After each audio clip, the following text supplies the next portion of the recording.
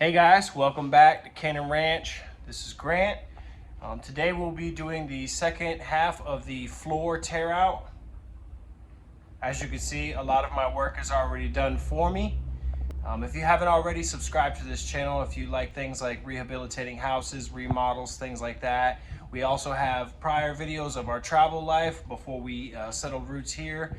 And if you like those sort of things, just go ahead and subscribe. So yeah, today will be a tear out. If you haven't already seen the first tear out video, go ahead and check it out.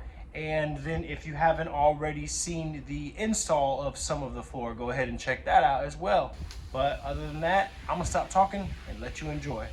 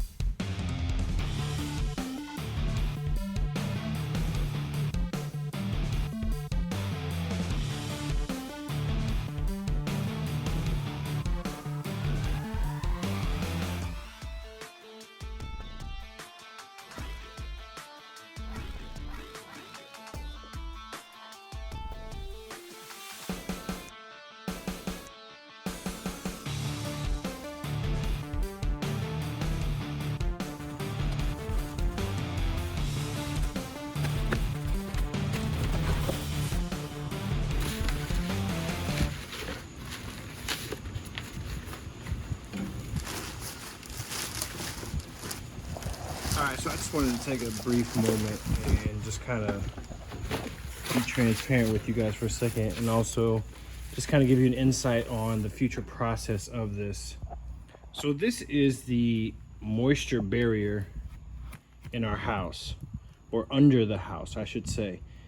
It's basically cardboard from what I can see, which is super, I don't know, counterproductive to keeping out moisture.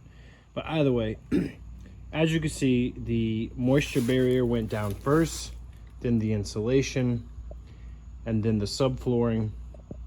We're actually not going to do that. This process is not something we're interested in, simply because, as you can see, the earth basically gets brought in. I don't know exactly how, but if I had to guess, I would imagine by critters. Eating the acorns, creating nests. I've found all kinds of things within this moisture barrier section. I mean, there's even like feathers, for crying out loud. There's bones. I mean, it's pretty gross. And it's just definitely not something that we want to take on. So we're actually going to seal up the bottom in a different fashion. So the same way that we would be insulating these walls once we have them all framed out before we drywall them is essentially the same way that we will insulate the underside of our our flooring. So the reason we're going to do that is simply because that way this won't happen again, that there won't be this like heck, I've been calling it a critter hammock. Basically, they get up into a compromised area, wherever it may be around the perimeter. And then this is literally a home for them. They have something warm to make a nest out of. There's somewhere for them to eat. I'd imagine eventually they find somewhere where there's a leak and they have water. And it's just not something I want to do. I don't want to be a host to critters. So essentially that's why we're not doing air conditioning like this under. We're not doing heat like this under. I found multiple places where that's been compromised. Basically, we're not doing anything under the house except for the plumbing.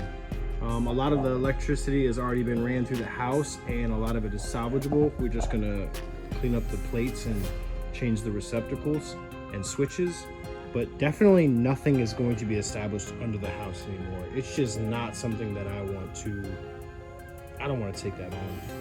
So I figured I would just give you a peace of mind and just kind of keep you in tune with what we are doing here as far as future projects. So if you're ever wondering, man, why aren't they doing anything to the floor before they lay it down? That's why. And it's definitely a bridge we will cross once we get there. But as far as a moisture barrier and insulation under it, we are going to do that a different route.